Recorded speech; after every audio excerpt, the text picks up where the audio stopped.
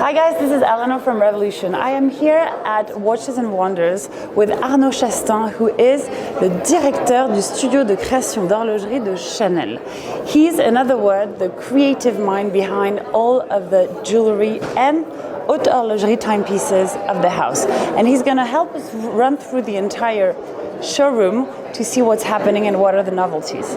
So here, when we look at these three creations, we have literally three different interpretation of what you can do with sapphire. Yeah, it's true, and but it's true that these three creations are in the capsule collection Interstellar, and it was really interesting for me to use this material that I already used before, but especially for this collection, I think it was interesting for me to use them. Here on the first creation, this is the Première caliber 2.1, and it was interesting that to have all the case in transparent sapphire. And of course to have the caliber on the first way on this creation. Here it's a new J12. When you think about the creation of the J12, something like 2 years ago, you know, in a full transparent sapphire using, and on that one, I mean, in the Interstellar concept, I really wanted to have that kind of structure like Frozen, you know, like in my imagination, that's the thing you can find, you know, on a planet. I don't know where, but it was maybe something I was dreaming. And thanks to the manufacturer, we find the solution to have this finishing that I really wanted to mix too with the diamond baguette, you know, that you have in the center of the bracelet. As indexes. Yes, and I really like, you know, the harmony between these two materials. And it's true that it was very complex for them to do that because it's not a simple, I can explain, it's not like when you do that, you know, I do that sometime on the black ceramic, and so for that they have to do this finishing all by hand, and so it takes a lot of time, and And how do you, especially when you look at the J12, when you think about it, it's a standalone piece. You think J12, you don't even need to add by Chanel because it has such a strong identity. With the creative mind that you have, and all the different themes from Chanel and the strong DNA of Gabrielle, the different theme here this year, we're talking about Interstellar. Yeah. We have the Lion. Yeah. There's so many different things. How do you manage to keep on evolving the decoration, the references on the movement of that specific watch, the J12? Yeah, but you know, the J12, to introduce about your question, I have a really special relation to this watch. Really? You know? Yeah, of course. I think it's one of the watches that really inspired me since a long time, you know, maybe before I started working for Chanel. And why is that? I don't know. I remember, you know, when the first time I discovered this watch, I was something like 20 years old. I was just finished my school of design, and I remember a friend of mine sent me, they knew that I was fascinated about the brand, about Chanel, and they sent me, Arnaud, you will see in the newspaper, you will discover a new creation of Chanel, and of course, I made this watch on the commercial campaign, you know, the first time, and I had a crush at the first time because I found it was maybe different than what I've seen before in the watch world, and it's kind of authority, you know, I mean, about the design of this creation. But is that true that the J12 was originally designed for men and it became a worldwide success for women? But, you know, I think it was more, how can I say, I think the word is maybe strong, but I think it was more an obsession. You know, Jacques Hilleux, when he designed this watch, it was an obsession in of itself, and maybe he created this watch for himself first. And now you're owning it on your own, and you're making so many interpretations of it. When I started working for Chanel, I knew that J12 became my responsibility, you know, and it was like a wow.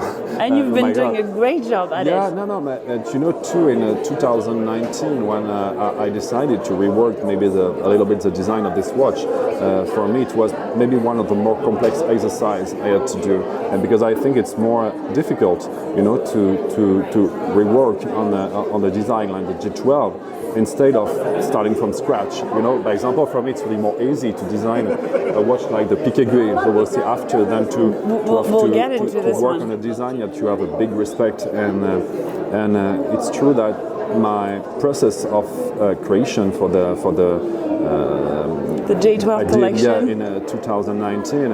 It was more like a surgeon, I think, than piece by piece and exactly. reference by reference. And I think humility in that kind of exercise is your best friend, you know. Yeah, but I mean, you've been doing quite a remarkable job simply because when you take one product and all the interpretation we've done, if we look at the spatio-temporal, which is what you're releasing this year, you've introduced the duality between black and white, which are the two colors that really embody the DNA of the J12 and the brand, and Chanel, of course.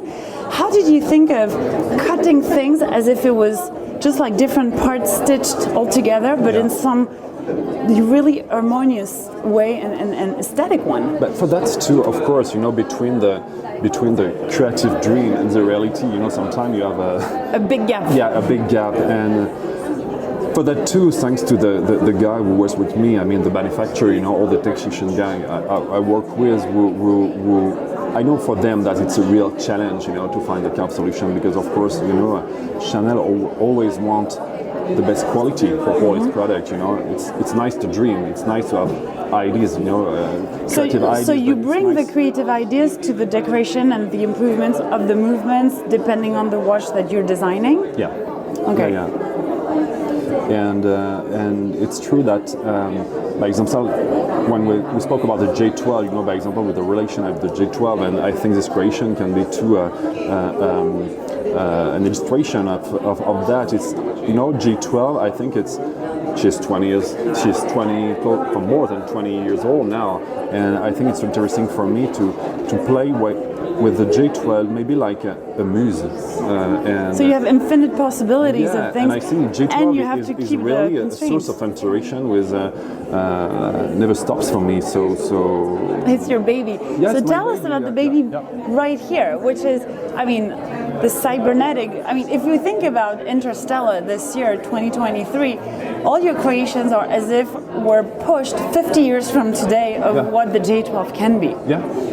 And the interpretation of it, we have the pixelized, the cyber world, we're 3.0, but will be 7.0 by then. Mm-hmm. How did you think of having the round on the side and the whole like square, edgy on the other side? You know, that was, of course, the Interstellar collection born with the idea that, as you know, Gabrielle Chanel created in 1932 an amazing collection that the name is Bijoux de Diamant. That's where she was inspired about the comet, you know, the galactic elements of what's happening in the sky. And when I love this collection, and of course today we have certain pieces at the patrimony.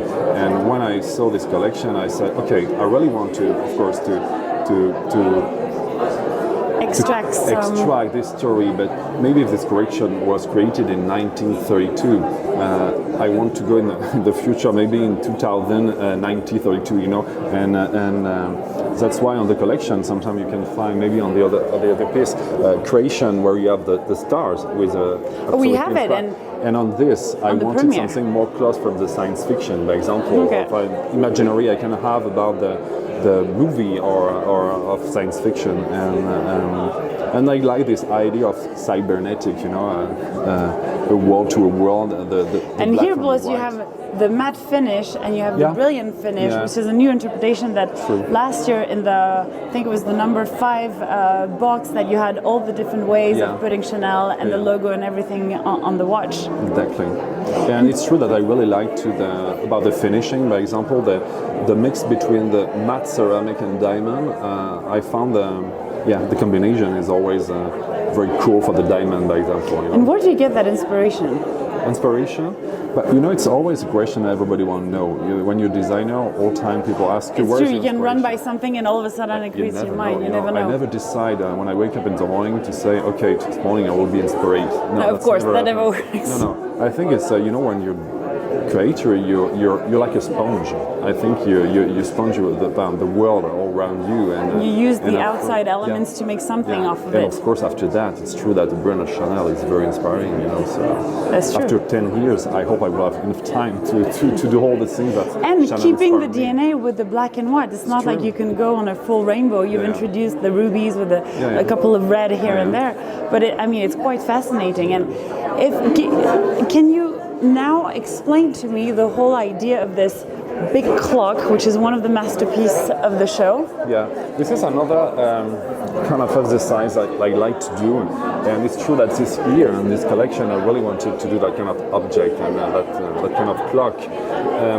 When I work on that kind of project, it's by example for this creation I work with the manufacturer L'Épée. Yes, of course. Was really for me one of the best manufacturer that we can work with. For the movement, and I love the collaboration I with them because they know the exigence of the house, and that we use their savoir-faire, but it's very important for them to rework on the design of the movement and to adapt. What are the key features? Because here, I mean, when you know the history of Chanel, you have the Leo. I mean, we have the lion, which is Chanel's astrological sign. It's always connected to this graphic spirit of the stars. Spirit of the stars. The comet, which is a very famous Chanel star, and all the different details, element with the spheral, faceted diamond, got the bazooka, the constellation that you can find, and we're allowed to read the minute, And so how do you read the time on it? Here, you've got the minutes. Yeah, the comet, it's to read the hour. So here it's 5. Yes. 5. Exactly. It's 5 o'clock and 5 minutes. Exactly. Do we have the day and night complication, or no? Here, no. And it's a unique piece, obviously, that you're unveiling at the fair, or will it be able to make? Piece. I think it's. You mean about the production? Yeah. It's 5 piece. 5 piece. Yeah. So 5 lucky owners will have them wherever they want. So now that we've covered the haute horlogerie part with obviously the masterpiece, which is the clock designed by L'Épée, the bouton has been part of the collection for a while. I've heard that you've been collecting buttons since a very young age. Exactly. Why did you start to do this? I think I have a fascination for the button in Chanel because Gabrielle Chanel give to this object with the first function, it's just to close a jacket. She gives to the button another dimension, because with Gabrielle Chanel the button became a jewel, but a functional jewel. Gabrielle Chanel always said never button without a hole, on the jacket. So, and it's true that you have so many buttons, since the creation, and I think it's a really fantastic object that I love since a long time. As you know, I collect old Chanel button. I do know. Before I start working for Chanel, and it was really one of my obsession when I started working for Chanel to one day design a button watch, and so. And you've done such an amazing job at it. It's just so beautiful. Thank you. And I mean, here you've also added innovative, creative, and also you've pushed the boundaries. For example, here when we have the ceramic, here we have a treatment put on solid gold, which makes this unique piece and this one a little more easy to wear and affordable, but yet there's so many intricate details in the way you design those pieces. Mm-hmm. And the thing with this racing and this interpretation of the button is that maybe that one of the first button Gabrielle Chanel designed was with the head of lion on the button. Yeah, but she was obsessed with lion. It was her animal. Yeah. But it was when she started to create button, more how can I explain, more jewelry button. The lion was her signature and the details that would make this here. We're opening it and then it unveils a dial. And on this watch, I really wanted to have, of course, you have the button here with yellow, gold, and diamond, and the lion is engraved on and set on onyx element, and the bracelet is in titanium. And so extremely light? Yeah, light, and thanks to the manufacturer too, because I found a solution to have a black titanium.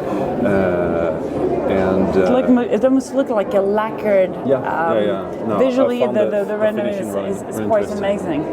But also, speaking of details and speaking of craftsmanship, and what I would call a prowess is the Pique Aiguille collection, which you've recently launched. It is I guess maybe, and I'm not the only one who says it, one of the most beautiful, creative, feminine jewelry watch exercise that ever been done in contemporary watch. I mean, can you explain, because I can talk about it for hours for the Piqué Gris collection, but how do you actually translate the Piqué Gris? You know, Piqué Gris, it was, I was explaining you my story of the button watch, you know, and Piqué Gris was another obsession. Sorry, the obsession is strong, but it's sort of an intuition, you have that kind of feeling, you know. And I remember, you know, when I was lucky sometime to be able to discover, you know, the workshop Ricambeau, where you have the atelier de couture. And all the couturières working on the fabrics when they're and working, the dresses. I was very impressed when I went there to see all the couturières or the couturiers who work in the workshop wearing this beautiful element on the wrist. And I was always very impressed about that, because I found that, you know, normally they're very white dress, you know, and this amazing jewel on the wrist, of course, with a tool. Huh? Yeah, it was clipped. It's the bracelet that you clip on the wrist, where they keep all the needles and they can work on it. Yeah, because first it's a real tool that was created for them to help them to work better, you know, in their work. And I think the first time I was impressed about this style signature that you can have on the wrist. And so you transform a working tool into a beautiful object that will become precious and necessary at the same time. And so you've done 5 interpretations of it, working on an oversized dial, which is an XXL of 55 millimeter, where you're telling a story and you're using each craftsmanship that Chanel has been renowned for years. Yes. I would say my favorite is this one. Yeah. Well, also, when you look at the pair of scissors that made of gold, is that true that it takes 12 hours to actually create this pair of scissors? Yeah. And it's true that it's a long story, you know, this creation, because of course you have the what I explained you know, the creation and the inspiration about what I saw in the atelier, and after it's true that it was important to find the good design and the reinterpretation of this tool in a watch or in a jewel. And it was very bold to do it that way with the dome sapphire glass. But one thing who impressed me a lot too was that you know, about the structure of this object, you know. I mean, about the tool, you know, the approach of the bracelet is really on the, how do you say in English, you know, on the back. The back side of the case. dial. So it means that it doesn't matter the size of your it's wrist. Just gonna stay. It works on the different size. You can have a very small wrist or a big wrist. It works all the time. So it was really one of the code of the tool that I really wanted to keep on this. So on a proportion level, it would fit all basically. And I love when I see this watch on a very small wrist, because you know, when you wear it, you don't see the bracelet and you just feel to have an impact structure on the wrist. So, and in second time, it's true that one time the architecture of this creation was done. Of course, I quickly understood that I have a big size of expression, you know, I mean, about the dial. And at this time, I think I really wanted to have a story of couture, of course, because it's where this creation is born, in the workshop I'm in, the inspiration. Yeah, and it's true that I really wanted to illustrate the different métiers, very important métiers for the Chanel brand. And of course, here you can find the couture, here the work of the dentelle. The lace, the tweed? Yes, and the tweed, chain. but maybe more you know, in Chanel, we say les paruriers. By example, like the savoir-faire of Desrues and others, with something very important in Chanel. Here, of course, the work of the matelassé. Yes, the matelassé, but the leather work, you know. And here, maybe something more abstract about the snow-set, the broderie. The broderie, yeah. And you've enhanced, like, with the black treatment on the sub-dial in order to get the brilliance of the diamonds just shine at the top, so we don't see the metal. Exactly. And that was important for me to have that finishing, because I feel like it's the diamond are embroidered on black satin, you know, and. So I was wondering, because when you look at these pieces, obviously it's hard to talk and integrate a mechanical movement, what we call the haute horlogerie. Does that even, I mean, frustrate would be a big word, but when you design a watch and you go deep into the sphere of the creation, Does it really matter, or how does it matter that you get to use a quartz versus an actual mechanical movement? But you know, I think it's not my first obsession. You know, in the first time, I think for me, of course, as you know, Chanel is Chanel watches, and we have style is very important for them, and of course, we have always a story of style of our creation. But I mean, the style of the woman who will wear the watch, and it's true that we saw creation with. Horlogerie mechanical movement on the other side with this collection of these 5 calibers that we have today in the collection. But after, I think it deepened. The first word of my story is about style, and after I use the movement of the caliber. Work around. Yeah, I think was interesting for the creation, but I mean the movement is at the service of the creation, and of course in Pique Aiguille I choose to use a quartz movement, and because the purpose was the story to tell in the dial, having this large expression of things, the same way that you've done it in different ways with the J12, the Interstellar collection. Exactly. Thank you so much for your time. Thank you for your insights, pleasure. and it was a great conversation. I'm really glad we did it. Thank you very much. You're very welcome.